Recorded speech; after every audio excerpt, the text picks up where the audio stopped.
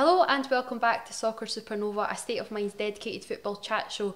Today I'm absolutely delighted to be joined by the former Kilmarnock, Hibernian and a splattering of others strikers. Colin Nish, thank you so much for joining us. How are you? Yeah, I'm good, thanks. Thanks for having me.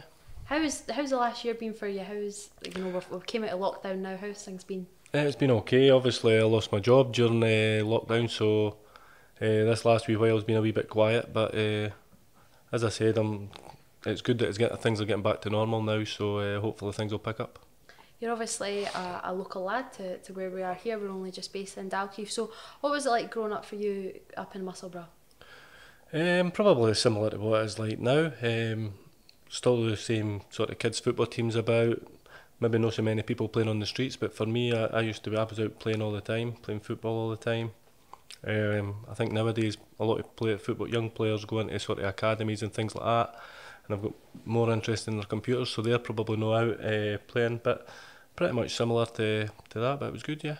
Just wanted to focus on, obviously, it was quite an odd move that your headmaster back in the day was Terry Christie, so from an early age, what kind of influence could he have on you? In terms of football, he had quite a big influence. Obviously, I think he helped take some of the Musselburgh Grammar School teams. Yeah. So it was one of the ones which Terry was a wee bit old school. It was give the ball to Colin, just get up the park and let him run, because I was quite fast when I was younger. People maybe not think that when they saw me playing when I was older, mind you, but I was quite fast when I was younger. So right for there, he had some part to play in my sort of development of being a football player. And then obviously when I went to professional football at Dunfermline, Terry signed me on loan just once I'd left school, so he must have thought I was doing something okay.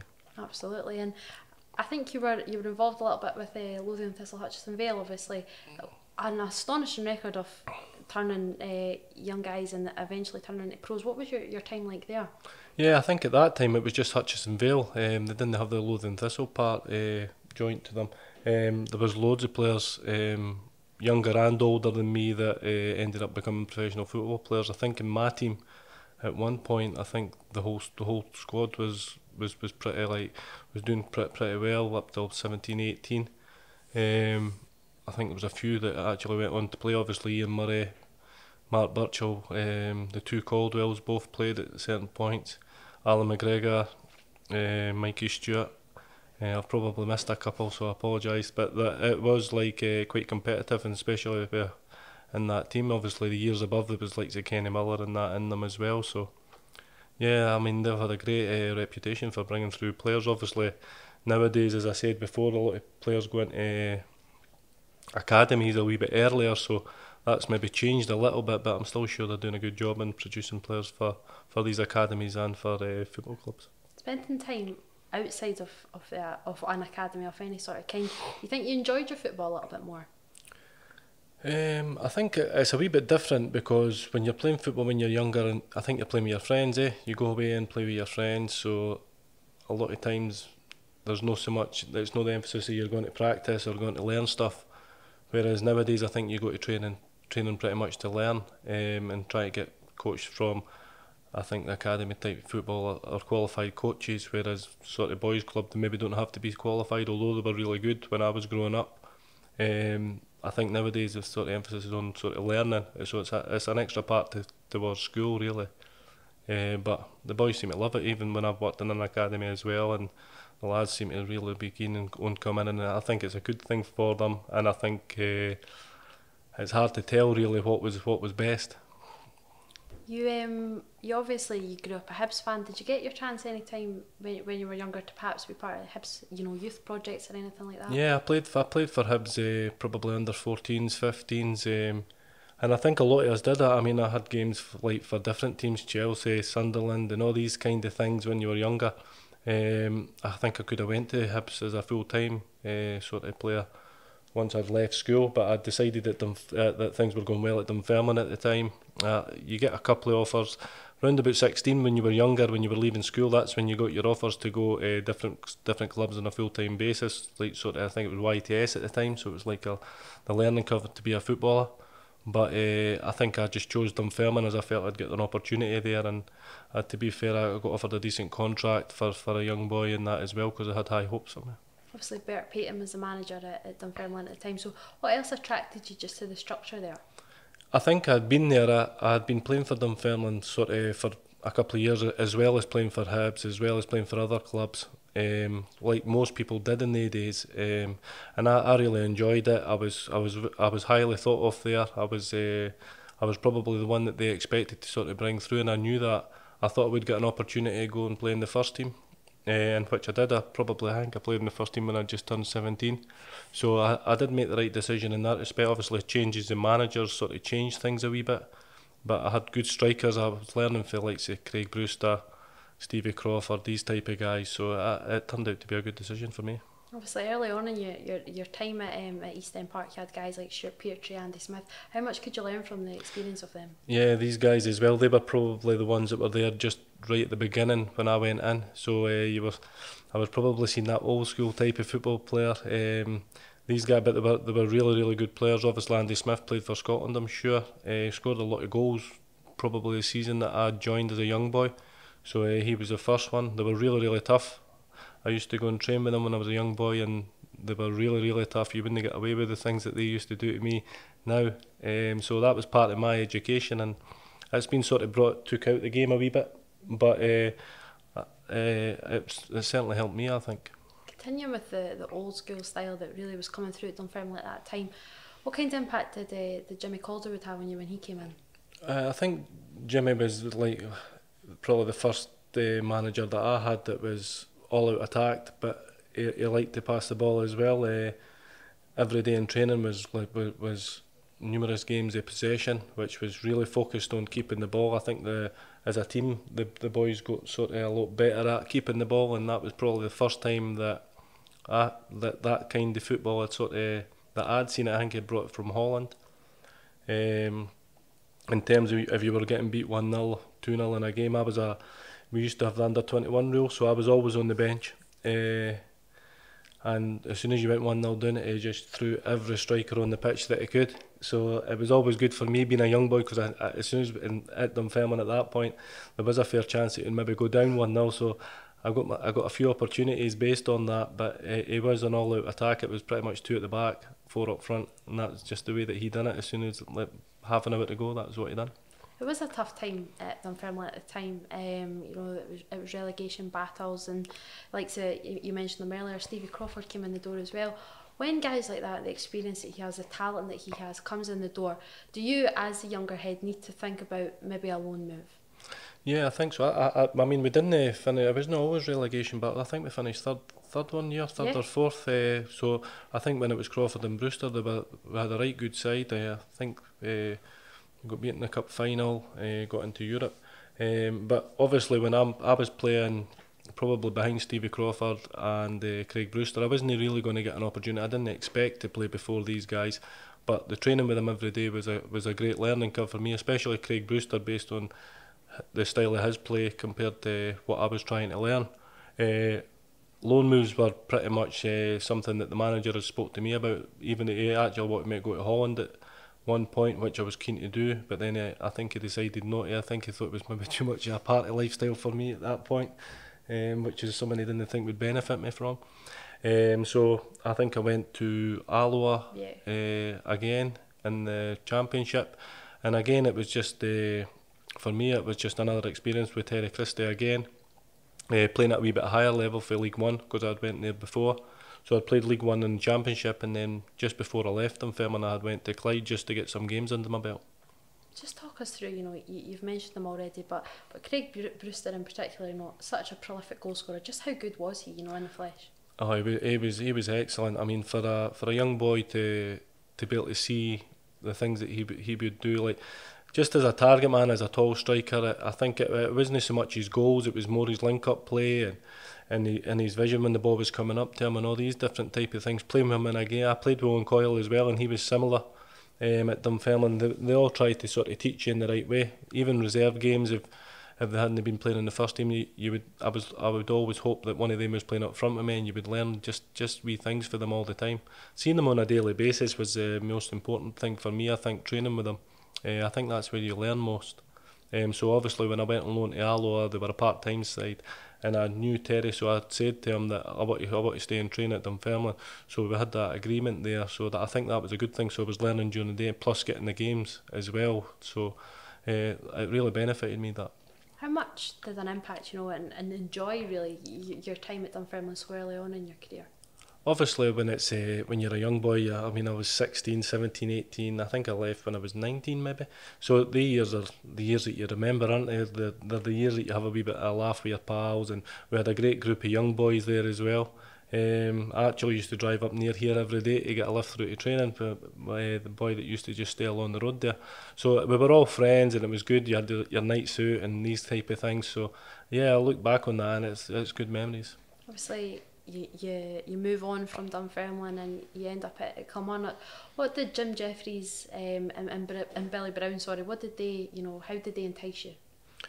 Well, I spoke to Billy Brown. Obviously Billy Brown's from Musselburgh, and so is Jim Jeffries, so they had sort of watched my career at Dunfermline, but I had spoke to them before about joining Hearts before I'd signed for Dunfermline, like when I'd left school, and they obviously didn't do that. But I think they had sort of half followed my career and had played reserve games against them, and I originally signed for 6 months based on what they had sort of seen before, and it was pretty much like a 6 months trial, in all honesty. And I always felt at that point I wasn't getting a chance at Dunfermline and I needed to move on, and I think there was a big Andy Todd. I always remember Andy Todd always said to me, you need to move to another team to no be a young boy anymore, and that's what he had said to me, and I think that stuck in my head a wee bit. So I moved to Kilmarnock, and right away he was right.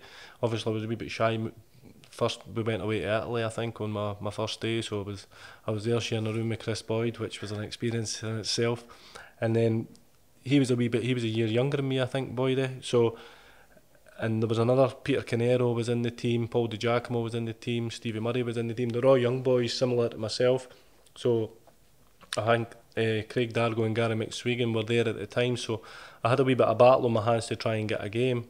But I think my first game, I think I scored a hat-trick. I think I got given 2, but I did score 3 against Sunderland, who were a Premiership side at the time.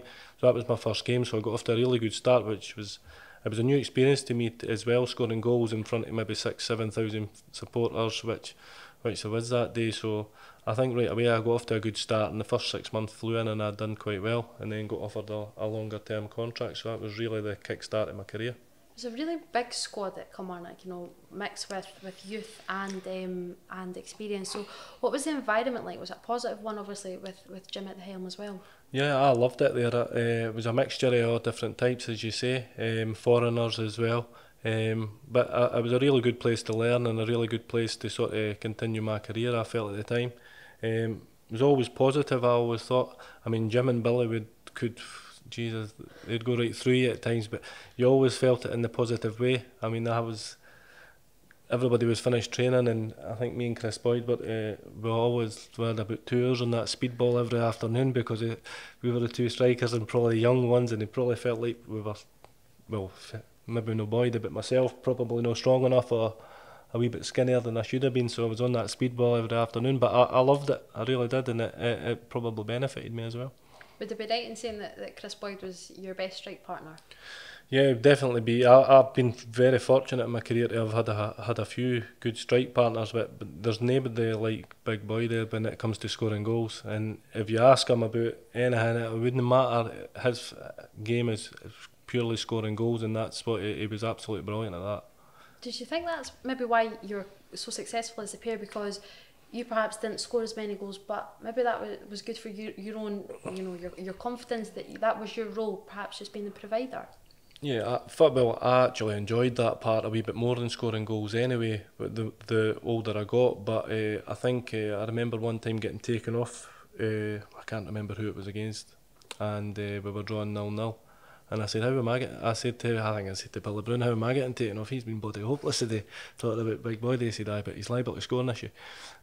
Like 2 minutes later, he's put one in the top corner, and we've won 1-0. He's got a win bonus, and he comes in after the game and says, I've got you another win bonus. So, and he was brilliant at that. But in all honesty, I preferred to be the striker that set up goals rather than the one. And I think rather than the one that scored. And I think if you look through my career, I think all my strike partners scored goals, and that's something that I'm quite happy with. perhaps not so much a strike partner, but coming through the ranks at Kilmarnock at the time, and he ended up having a fairly decent career up top as well. Could you see that Stephen Naismith was going to go to the heights that he went to?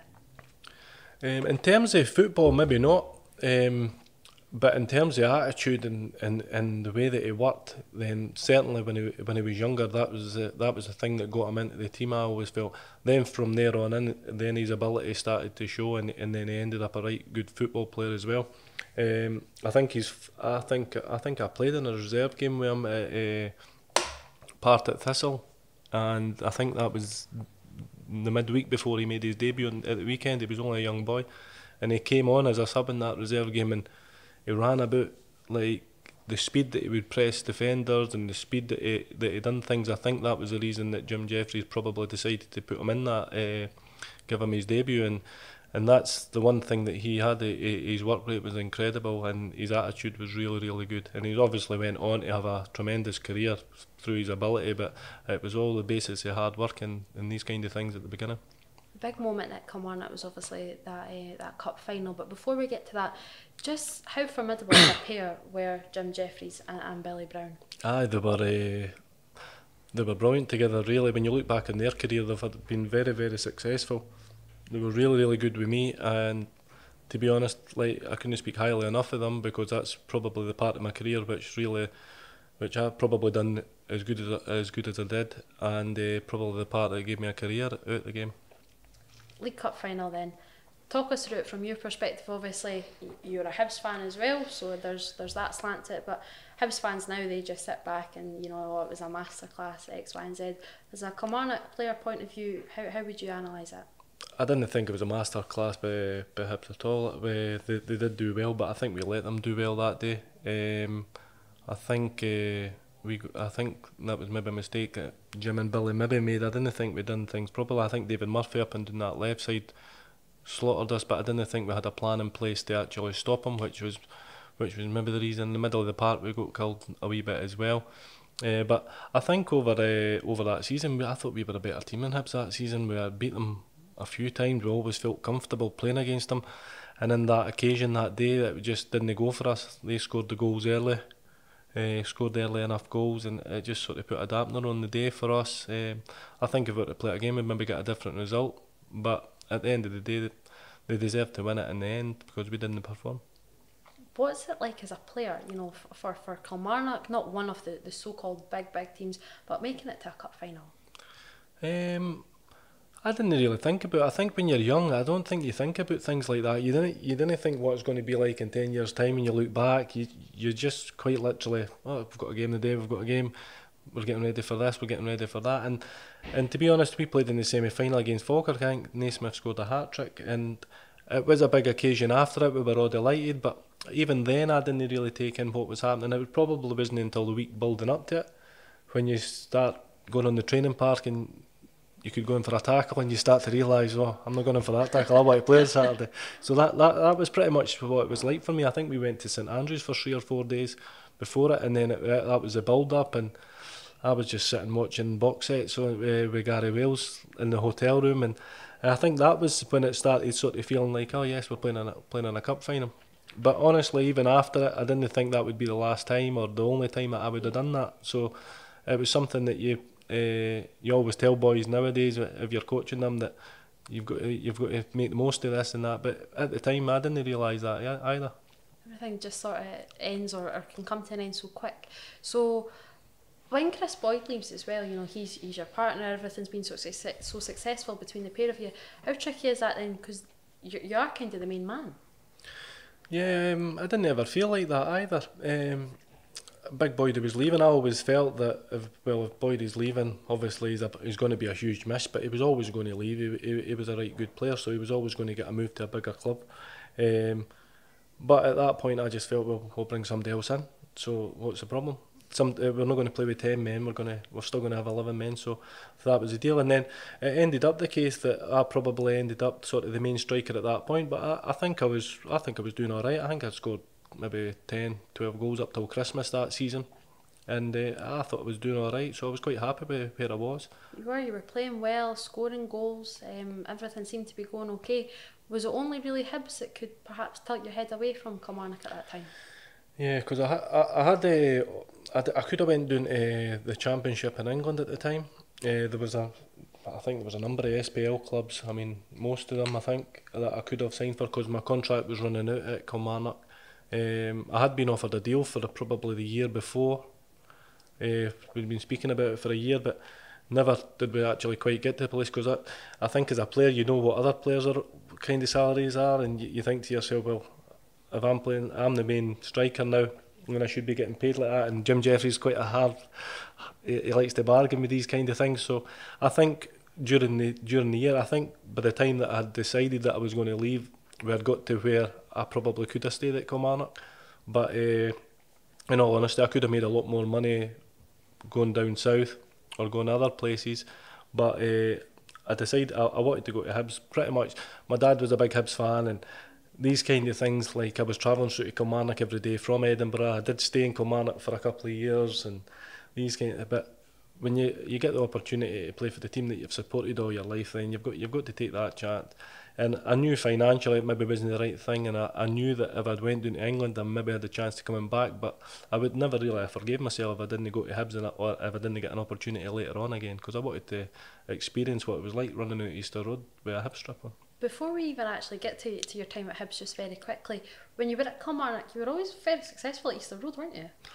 I see. Hibs were one of the teams. Everybody's got the teams, and they do change through time to time. But Hibs were one of the. I think I've scored probably. I don't know if you know, but I've scored. I've probably scored double figures against Hibs, which some Hibs fans will probably say you've scored better goals against Hibs than you have. But yeah, I always did well against Hibs. I liked playing against Hibs. There was something about it, I don't know what it was. It wasn't because it was the team I supported, because it was the same in every game. But I seem to do quite well against Hibs when I played against them. The deal itself, it was one of those, you'd signed in the January, but the move wasn't going to be until the summer. What changed there that then made you leave in the January? I think that was Kilmarnock, really. I think once you sign a pre-contract, they either keep the player to the end of the season or they make some money. And I think when I spoke to Rod Petrie at the time, once I'd signed my pre-contract, he had said I had basically signed two contracts, one for starting now and one starting at the end of the season once my contract was up. So whatever one was to happen would happen. So I think Kilmarnock decided to sort of basically cash in, and they got the money that they wanted for that short space of time. So that's how it sort of happened at that point. Mixu Patalina was the manager at the time. What was life like under his management? Very good. I was actually meant to be signing for Hibs when it was John Collins. I think that's where it all started, and I hadn't spoke to John Collins or that, but that's where the sort of, like, there was rumours about it all the time, and people would always ask me. But that's pretty much where it had came from. And then obviously Mixu ended up getting the job, and I remember playing against Airdrie in a League Cup game, and he was there that night. I came off injured about 65 minutes, and I remember Alan Colm, who was also a Hibs fan. He was in the stand that day for a Kilmarnock player, and he said to me, "Big Mixu just left when you got taken off." So I thought to myself, well, that's a positive sign. And then the next again day, that's when things started sort of moving forward. But Mixu was brilliant with me. He really was. I think he was maybe a bit young to be doing that job at that point, maybe a wee bit inexperienced, because I think after that, when he went to Kilmarnock, he did really, really well. But always really, really good with me. Obviously, he was a similar type striker, or he played in the same position. So no, he was really good. I enjoyed his training and things like that as well, and he gave me the opportunity to go to the team that I supported. So I always liked Big Mixu. Obviously, hindsight's a wonderful thing, and it's easy to answer these sort of things. But do you think perhaps with him being a kind of similar player to you, you perhaps could have had a more successful time at Hibs if he was at the helm? Well, it's funny because I read in the paper about a week after I'd signed for Hibs that Mixu Patalina had said he was going to turn me into a £3 or £4 million striker, and I was thinking, and then he ended up losing his job at the end of the season. He went to Kilmarnock, and my replacement at Kilmarnock was Connor Salmon. God, and right, Connor Salmon ended up moving to Derby for about £3 million, and I was thinking to myself, it's just meant to be me. But Mixu was funny because obviously he knew what kind of striker I was, and he was. I wouldn't say he was similar to me, but he wasn't too dissimilar. But he wanted me to start running. He wanted me to start running a wee bit more and actually getting the ball and going and taking people on, which was something that I hadn't done before. And we played against Motherwell one night at Easter Road, and I remember getting the ball, and I can hear in the back of my head as Mick said, run him! And I think it was Bob Malcolm at the time, so it might have been the reason that he was asking me to run him, I don't know.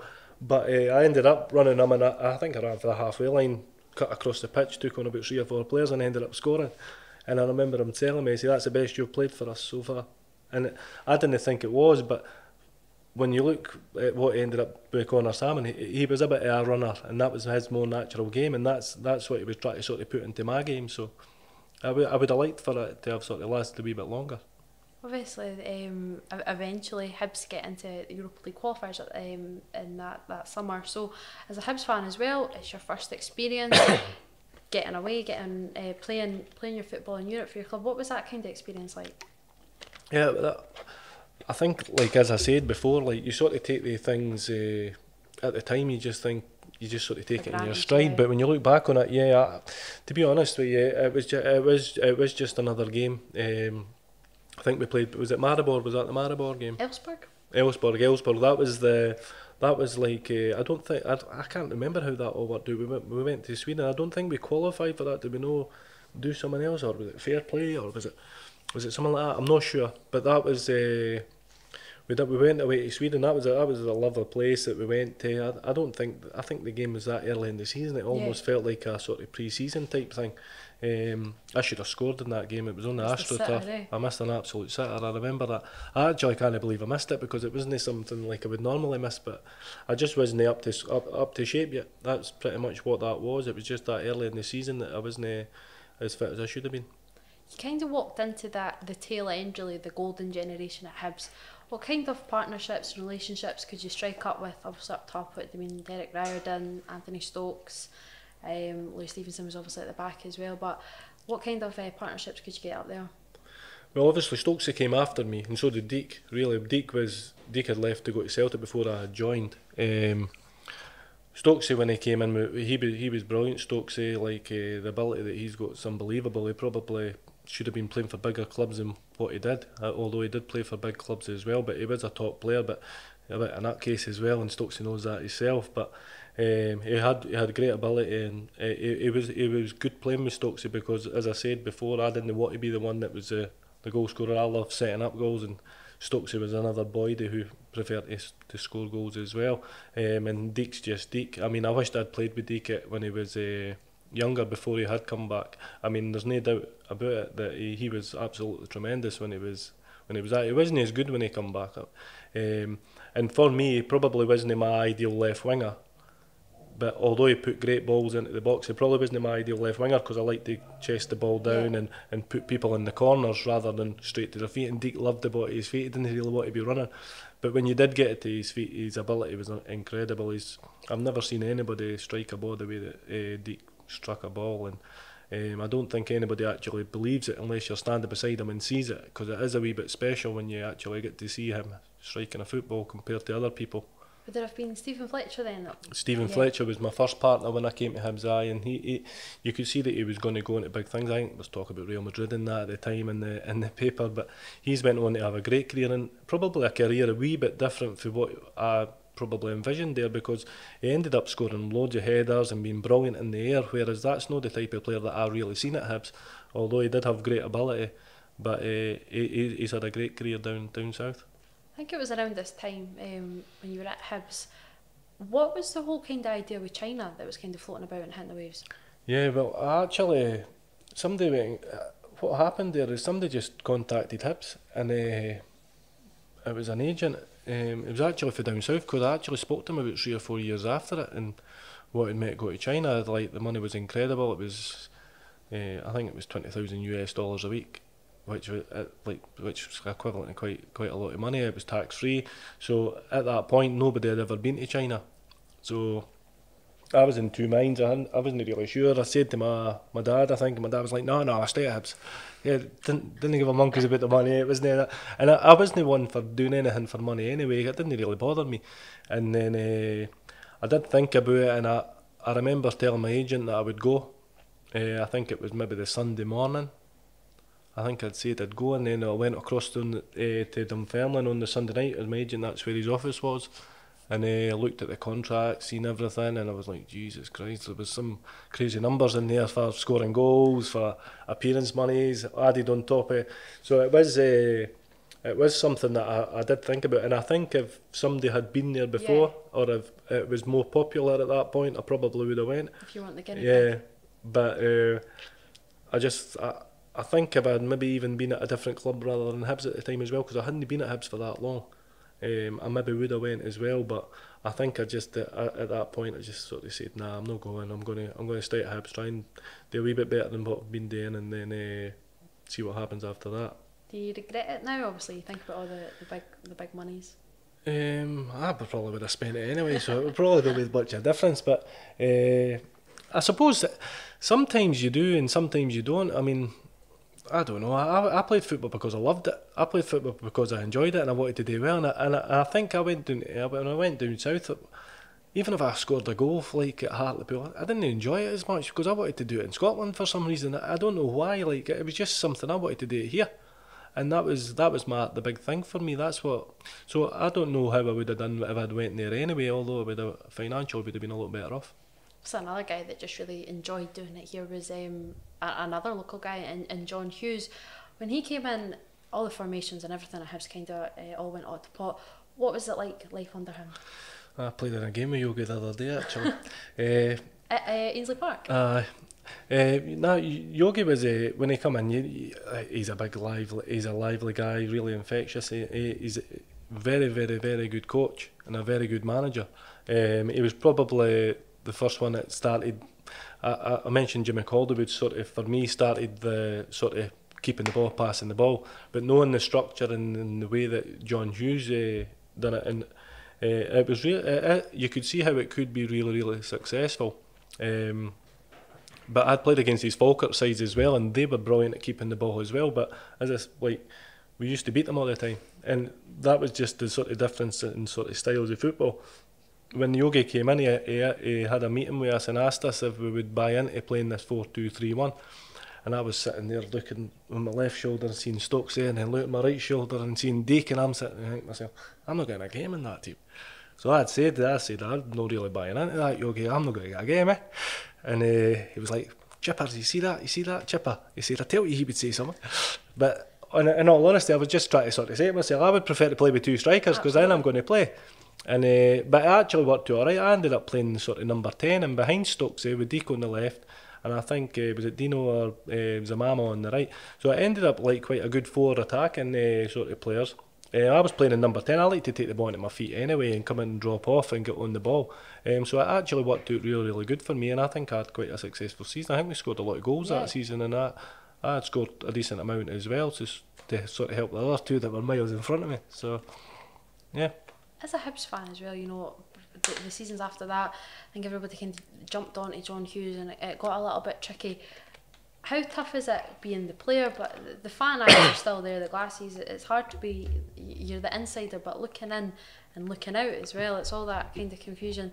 When times are going tough, what's it like when you're right in the helmet? It's hard to say really, because I think people don't realise, like, when things are tough, I don't think they realise what it's like being sort of the person that you're being tough on, or the other sort of kind of things. Like, they don't realise what the boys feel in the dressing room, or what the manager feels, or how hard it is to actually go out and win a game of football when you've not got your supporters like maybe all behind you. They're really, really difficult things to do, and like I think that the reason they're called supporters is because they're meant to support you. But at the same time, if they're not happy with what they're getting, they've got every right to sort of have a wee go. So I think there's a wee balance here, but it is difficult, and it's difficult when you see people that aren't doing well, and they maybe, you know that there's more in there, you know that they're better, and I felt like that at Hibs as well. I still think to myself now, I probably was 70% of the player that I could have been at if I'd went to another club rather than Hibs. But at the same time, I was never ever wanting to change that to sort of at the time, because I wanted to play there. Colin Calderwood comes in, he brings a lot of experience in coaching, he brings a lot of strikers in as well. How does that make you feel? Obviously, you're just seeing these guys come in and you must be thinking, right, are they going to get a game ahead of me? I didn't ever worry about if they were going to get a game ahead of me, because I always felt I was better than them. And I always felt if I wasn't going to play, it was because I wasn't doing my job properly. Yeah. And ultimately that's what happened. I wasn't doing well enough at the time, and it wasn't because they were better than me, because they weren't. It was just because maybe things had got on top of me at the time and things like that. I remember I was getting a wee bit of stick for the crowd, and Colin Calderwood told me he wasn't going to play me in home games. And I was sitting there thinking to myself, well, I'm happy to play it. I'm not bothered about getting the stick. I'll take the stick. I said I'll turn it round, but that's what he had decided at the time, and ultimately ended up leaving after that. But I think he was good, Colin Calderwood as well, a lovely guy. Obviously at that point I think he had just left Newcastle, and probably read the script so much there that he managed to fall into a job at Hibs. And I think he was talked about going to Hibs like a few times when other managers had come in before previously. I think, in all honesty, I think the changes of managers probably didn't help me at Hibs at the time. I would have loved it if Mick had stayed all the time. Then after that, John Hughes had stayed. But when the managers keep changing, then it is a wee bit difficult, because they do want to change things as well. Exactly, they want to inflict their own style. So you do get to live out that boyhood dream and play for your boyhood club. But how can you, or how do you look back on your time at Hibs as a whole? I think I wished I'd done better. I wished I'd played at a different time. I think when I played, we were playing against Hearts when Vladimir Romanov's money was around, for instance, and everybody knows if you're at Hibs, you've got to do well against Hearts. We were always going to struggle with that based on the fact that the money they were spending at that point, they were always going to be a very strong side. Hibs were never ever doing that. Hibs had a wage budget. They were never ever going to realistically go and try and finish as high in the league as possible. That's not the way that Hibs really done things at that point, I didn't think. Whereas Hearts just threw money at it, and they were signing international players, and we were going and playing derby games against them. Don't get me wrong, I thought we were as good a team, or maybe even better, but it wasn't going to be easy. I think when you look at it now, I think Hibs look like they're actually trying to compete, and they're probably on a more level playing field with Hearts compared to what we were. And I think that's the sort of type of time when you actually want to play for Hibs and you want to go and sort of. So I think I wished I played at a different time. Yeah. Maybe with different, when we're more ambitious or better squads. But at the same time, personally, from an individual point of view, I wished I had probably actually done a wee bit better myself, and probably took the sort of the thinking of playing for Hibs out the window, or whatever it is. It's maybe too close to home for me, I don't know, but I definitely think I would have done better if I went to another SPL side, for instance. You said earlier on that you actually weren't that fussed about playing in England, you just really wanted to make it up home. So what took you down to Hartlepool? What attracted you? Well, I met Derek. I remember meeting Derek McInnes, because I had always said I quite liked Derek McInnes in the way that he had sort of played, and I went to meet him and when he was the St Johnstone manager.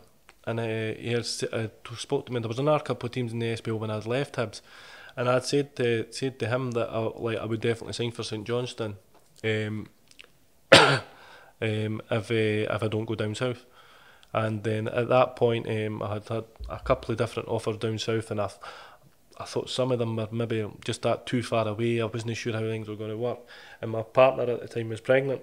So once I realised where Hartlepool was, I've got some family down in Durham, and it wasn't that far away. I mean, it was a 2-hour train journey if I was to come home. It wasn't too long, it was a couple of hours drive. So that's the reason that I decided to go to Hartlepool. And the fact that my missus was pregnant at the time, she was off on maternity leave, she could come with me. So it just all fell into place where I thought, I might as well, if I'm going to finish my career, I might as well see what it's like. So that's the reason that I'd ended up going to Hartlepool. In hindsight, Hartlepool wasn't a big club. They weren't I didn't think they were a very big club, and there was a big sort of change for going playing for Hibs down to Hartlepool, whereas the players in Hartlepool thought playing for Hartlepool was bigger than Hibs for some reason, which I couldn't understand. And funnily enough, the ones that used to say that ended up signing in Scotland, like Peter Hartley. Yep. Peter Hartley ended up at Motherwell, and I bet you if Peter was to have that sort of choice now, I'm sure he would say playing for Motherwell was bigger than playing for Hartlepool. But there were lovely people down there, and I enjoyed living there. It was a lovely place to live, but in all honesty, the football wasn't for me. I didn't think. I thought it was going for like playing under Yogi, who was passing the ball and all these kind of things, and doing that. I thought playing in League One in England, although we played against like big clubs, it was more like play the ball at the park, hit the ball in the channels and the things, and that wasn't my game. It was kind of a period of your time, a period of your career, plagued by injuries as well. Do you think that hindered the experience? Yeah, well, I think we had just had the kid. We had just had Jaden in Durham Hospital, and I'd went back to training. I think we played Sheffield Wednesday the night I'd had my son, and I couldn't believe that he wanted me to play. To be honest, I'd phoned him and said I've been up all night. That's at 9 o'clock in the morning. Again, I'm going to go and try and get a sleep to see if I can play the night. And the manager said to me, "Well, can come in and train for a couple of hours first with the boys just to make sure you're all right." And I was sitting there thinking, "So, is he taking the piss?" That's what I was thinking at the time. So I ended up going in, I ended up playing at night. I done all right, I think, in that game. I can't remember actually. I might have missed a penalty actually. I'm not sure. And then, so I think overall down there, I'd had the baby, and then I'd had one knee. My knee went, and I had a knee operation, so I was out with, I think it was my right knee, my first one, so I was out for a wee while with that. After that knee operation, came back for about a month, and then done my other knee. So I think a lot of people didn't realise that before I went, obviously came back up the road, that I'd had 2 knee operations, 30-year-old, and things like that as well. So once I'd had the second knee operation, I'd booked a family holiday with my mum, obviously the baby, partner and these kind of things, my auntie, ought to go to Florida, and Hartlepool had told me I wasn't going, because I needed to make sure I was fit for the start of the season. So it was quite literally, well, that's no good to me, I'm going to Florida, so you can do what you want. Yeah, it was my summer holidays, I was entitled to go. So I went to Florida. I ended up in the gym every day in Florida, trying to get my knee all right. I ended up having to come back, go down to Lillishall and make sure my knee was the right strength. And if it hadn't been the right strength, I don't know what they would have done, but it was. So I was ready to sort of go back, and that's when things sort of went a wee bit pear-shaped down there, to be honest. So that's how I ended up back up the road. Did you get much time with Neil Cooper, or were you kind of always set by that point? No, I think by the time Neil Cooper came in, it was probably just waiting to see where I was meant to be going. Yeah. At that point, Neil was brilliant when he came in. Obviously, I'd actually sort of, he had tried to sign me on loan at Ross County when I was at Dunfermline. Okay. When I'd went to Alloa and Clyde, sort of early on. So I knew him a little bit, but not too much. So obviously he was a big hero down there. I loved him down there because I think he had got them promoted or took them to a cup final, I'm not sure. So no, he came in, and I think the first thing he said, I'm not going to change much. Right away I just thought, well, that's no good to me. So, but he was good, he was alright. I didn't have a lot to do with him, in all honesty. I think I was ready to go and travel to, I'm not sure if it was Bournemouth or something. We were going away on a long trip on a bus. When I got actually told that there's no point in going on the bus, I was sitting on the bus, and I just got back off, jumped in my car and went home. So that was me ready to go. It was just sort of deciding where it was. Situation at Dundee, that's obviously where you come back up the road. It was a funny one because it was kind of at that time, you know, Rangers ended up going right down to the bottom division, so everything kind of got mucked up. So Dundee were set for a season in the Championship, and then all of a sudden it was kind of you're in the Premier League. Yeah, I was actually maybe going to Kilmarnock, maybe going back to Kilmarnock. I had Kenny Shields had phoned me, which is I'm good pals with Dino, so it's obviously his dad. So Kenny had phoned me at about 12:30 at night. I reckon why I thought it was alright to phone me at 12:30 at night. So he phoned me asking, he said, what's happening with you? And I said I might have an opportunity to go back to Dundee. I said, I think that's the only thing I know. My agent, I'm not spoke to my agent today. He says, well, I want to bring you here. He said, would you be willing to come back? And I said, oh, definitely. So I was wanting to go back to Kilmarnock, and then I think it was about a day later he had phoned and said that he couldn't get the money to do it. So at that point I had my head sort of thinking I was going back up the road. By that time my fiance had moved back up the road with the baby, so I wanted to get back up the road with him, and so I was going back up the road somehow. I didn't know where or how it was going to work, and then I ended up obviously going to Dundee. So how did that then all come around? Yeah, I can't remember actually. I think my agent just phoned me saying what, like Dundee are wanting you, and he says they're in the SPL now. They've been promoted based on what had happened with the Rangers situation. Barry Smith's the manager. I think I spoke to Barry. He was a lovely guy. And then I ended up going up there. Obviously my knee wasn't right though at the time, Yeah. so I couldn't really train it. So once I got there, I was pretty much training on a Friday, playing on a Saturday, icing my knee until the Thursday. On a Friday afternoon, going down to Stirling to get an injection in my knee to take all the fluid out, and then same again. So that's pretty much what I was doing. So I hadn't got my basic fitness back. I'm no managing to train, so it was a difficult time. How tricky did you find it? You know, like we say, it was obviously probably not the greatest standard of an SPL team at Dundee at that time, because they were set for a season in the Championship. But for you, on a personal note, you just want to be playing in the top division in Scotland. Yeah. Well, I probably wouldn't have went to Dundee in the Championship at that point, Right. in all honesty, because I wanted to. I always felt like, well, still in it, I can still play in that SPL, no problem at all. But and it was probably too early for me to leave Hartlepool as well. But I was desperate to come back up the road. But Dundee had good players. It was just, you know, when you're a wee bit short. Yeah. It's not like we were getting beat 5-0 every week. You were getting beat 2-1, 1-0, and making mistakes early, like losing a goal early in a game, and everything just sort of ended up going wrong, really. But they had some good players. They were a decent enough like club in that at the time. But ultimately, they just weren't ready to go into the SPL at that point. You know, you said it there that you still felt you were off SPL quality, so obviously time at Dundee comes to an end, it's all over at Hartlepool as well. You eventually get to Dumbarton, but were you a bit surprised for a period of time going, how am I not getting signed by a big club here? No, really, because I hadn't done well at Dundee, Right. and I wasn't fit, so I didn't really think that.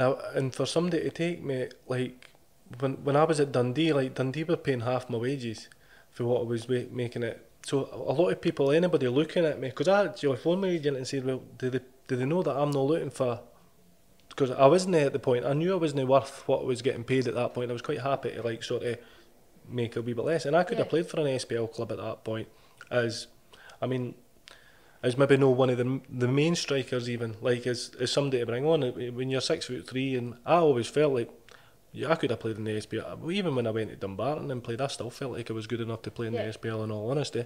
But obviously at that point, that's when your career's starting to come to an end. You're not training as much, you're not doing as much, and that's when you have got to sort of think to yourself that that's you're just sort of biding your time really until your career's over. So you obviously you join your former teammate Ian Murray at Dumbarton. Was that all just part of the process, like you say, you know that your career was kind of dwindling out? I had been at training at Livingston at that point. Right. So I was training at Livingston for a month. Obviously, Mark Burchell was the assistant manager at the time, and I think I spoke to him and asked him, or I'd ended up going in there anyway, and I was training there and I was doing alright. I got asked to play in a game in a cup competition. I can't remember who it was, for the manager, because he had seen me in training, and I'd said yes, but then it turned out the rules you weren't allowed to. So I think there was maybe some problems there at Livingston at the time. I think with the manager, and I'm signing players, I don't know what was happening. So that pretty much scuppered the idea. I ended up going there, and obviously I'm friends with Ian anyway.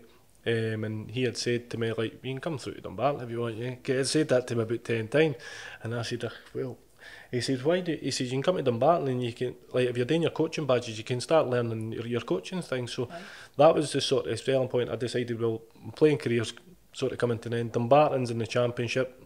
Obviously, they're a part-time side, but you've got Hearts, Hibs, Rangers in it. So there was still some big games in there. It was sort of like a sort of in-between for me. So I thought to myself, well, and I get to take the under-20 side and sort of learn that sort of side. I was going through my coaching badges at the time. So that was the whole idea about that. So that was good for me. Although financially I had to sort of learn how to sort of adapt to the different sort of scenario, but in terms of learning that new sort of thing for me was the main reason I went there. Did the coaching help keep your fitness up? Because obviously a part-time side, you're going down to training only perhaps once, twice a week. I was used to no training by that point anyway, because I'd done it at Dundee, so I didn't train at Dundee like very, very rarely. Maybe once John Brown came in towards the sort of end of Dundee, I trained a wee bit more, trying to get myself back in the team. Yeah. But my knee was like swelling up. So when I went to Dumbarton, I think I trained on a Thursday night with the team, and that was all I trained, and then played on a Saturday, which at that point, for playing where I was, I felt like it was actually all right. Obviously I would try and do things myself if I could, but that was all I done. You spoke about your admiration for the Hibs side right now, obviously coached by Jack Ross. How much could you learn from him and Ian Murray when they were both obviously at Dumbarton? Well, they were completely different.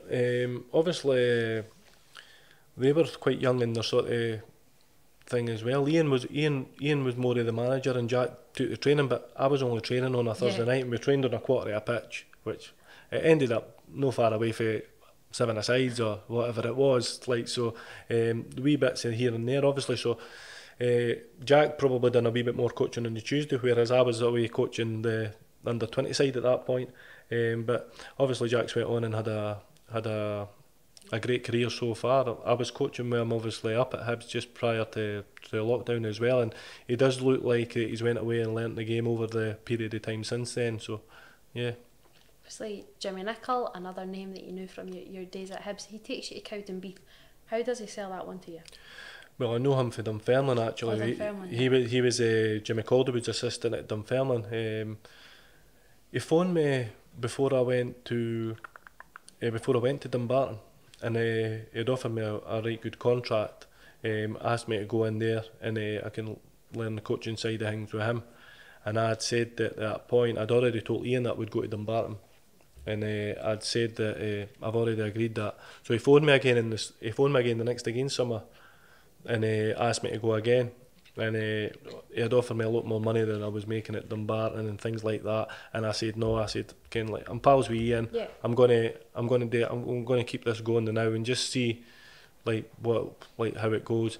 And then the travelling, I was driving through to Dumbarton pretty much 3 or 4 days a week, no making a good salary, taking a under 20 side that I felt like was maybe I'd probably learnt as much as I could have, and obviously when Jimmy phoned me again and asked me, and I think it was in January or something, and I had another offer for I think Ayr United at the time, and I decided, well, Jimmy's phoned a few times, I'll go and learn for Jimmy. He's an experienced coach as well. I wasn't really getting that at Dumbarton as well. Like, obviously Jacko and Ian were a wee bit younger, learning their ways as well, so I thought maybe going and learning for somebody a wee bit older would sort of be good for me. Had that experience head, and then obviously you became player manager. Just how tricky was that sort of role? Very, very tricky. I had actually spoke to Jimmy. Jimmy said to us, he said, I'm going to speak to Donald Finlay. Once he had left, he was going to speak to Donald Finlay authorities to see the possibilities. And deep down, I always knew I would probably get that job. Yeah. I don't know why it took so long, because it seemed to take forever. I ended up going on holiday the day after to Florida, like with the family, and thinking to myself, well, you should have told me about 6 weeks ago. Yeah. I had this job. I could have been all organised. So I ended up in Florida trying to organise stuff and things like that. But it was never ever set up really, and we didn't really have the finances at that point. They obviously just dropped to a league where Rangers, Hearts and Hibs are keeping them going.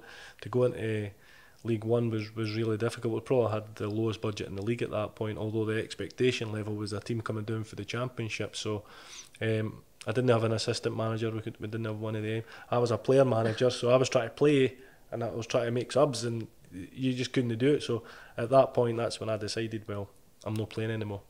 I actually thought we started picking up towards Christmas and done really, really well.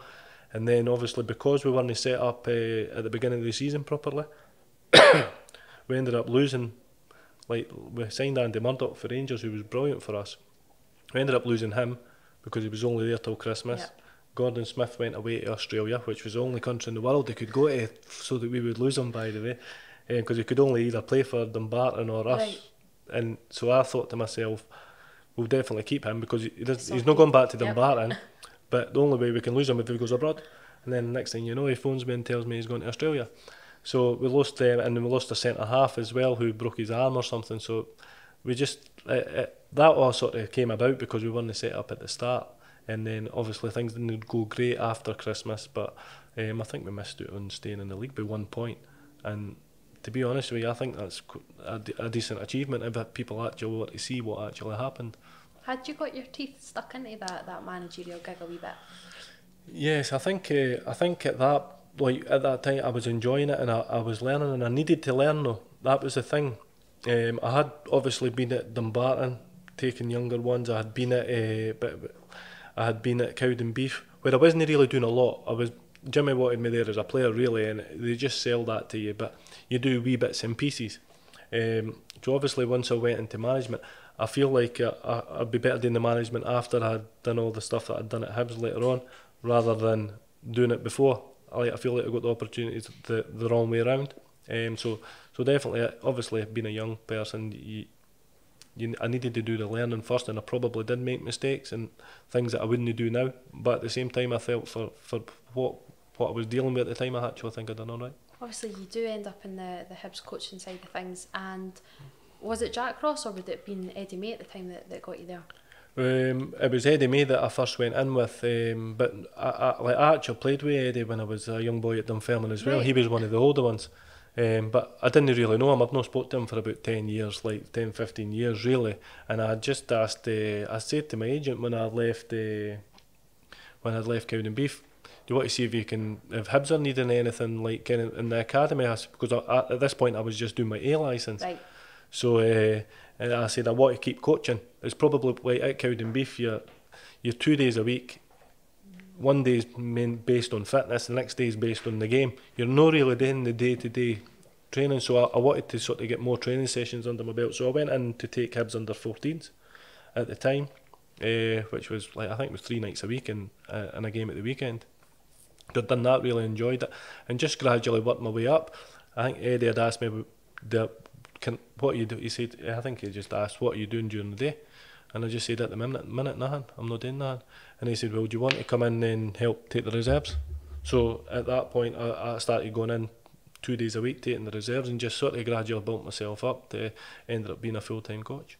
So it comes to a bit of a dramatic and really rather sad end with Hibs, obviously the lockdown and everything like that then. So what's next for you? Do you want to go into a managerial role, or do you quite enjoy the coaching side of things? I enjoy the coaching side of things and thinking that I can make players better, especially the younger ones who are...